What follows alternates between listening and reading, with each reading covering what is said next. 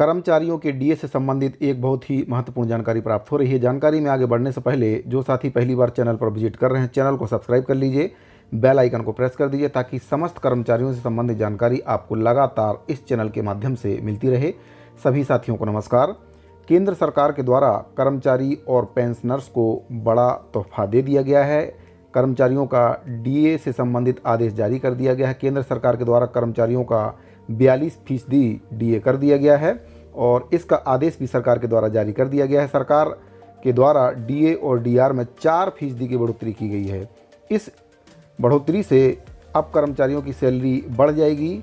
इसके अलावा उन्हें 2 महीने का एरियर्स भी दिया जाएगा। केंद्र सरकार ने केंद्रीय कर्मचारियों को ज़बरदस्त तोहफा दे दिया है। सरकार ने कर्मचारियों के महंगाई भत्ते में 4% का बढ़ोतरी का आदेश जारी कर दिया गया है। इस बढ़ोतरी के बाद अब कर्मचारियों के डीए में 38% से बढ़कर 42% कर्मचारियों का डीए पहुंच गया है। डीए में हुई ये बढ़ोतरी 1 जनवरी से लागू होगी, यानी कि कर्मचारियों को जनवरी और फरवरी का एरियर्स भी दिया जाएगा। इस फैसले से केंद्र सरकार के करीब 47.58 लाख कर्मचारी और 69.76 लाख पेंशन भोगियों को फायदा होगा। डीए में यह बढ़ोतरी 7वें केंद्रीय वेतन आयोग की सिफारिशों के बाद की गई है। डीए और डीआर में ये बढ़ोतरी 1 जनवरी 2023 से लेकर जून 2023 यानी कि पहली 6 माही के लिए की गई है।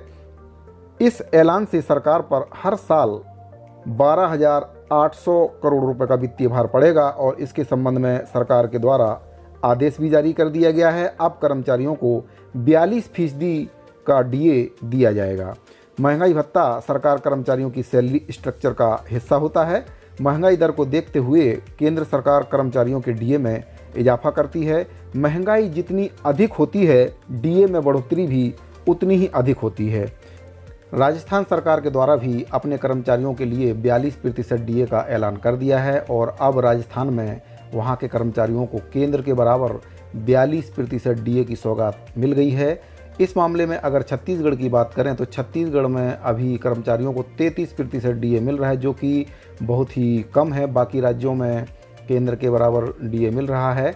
4% की वृद्धि जो केंद्र के द्वारा अभी की गई है। बाकी राज्यों में भी 42% डीए करने की बात चल रही है, लेकिन छत्तीसगढ़ में कर्मचारियों को 9% डीए केंद्र से कम मिल रहा है और यहाँ के कर्मचारियों की जो एरियर्स की राशि है वह भी छत्तीसगढ़ सरकार के द्वारा नहीं दी गई है। तो इस हिसाब से अगर देखा जाए तो छत्तीसगढ़ के कर्मचारी 9% पीछे चल रहे हैं और अभी यह भी नहीं पता है कि छत्तीसगढ़ की जो सरकार है वह कर्मचारियों का कितने प्रतिशत डीए में इजाफा करेगी। हालांकि 5% डीए में इजाफा करने की बात चल रही है, लेकिन इसके बारे में अभी भी कोई भी आधिकारिक बयान सरकार के द्वारा नहीं दिया गया है।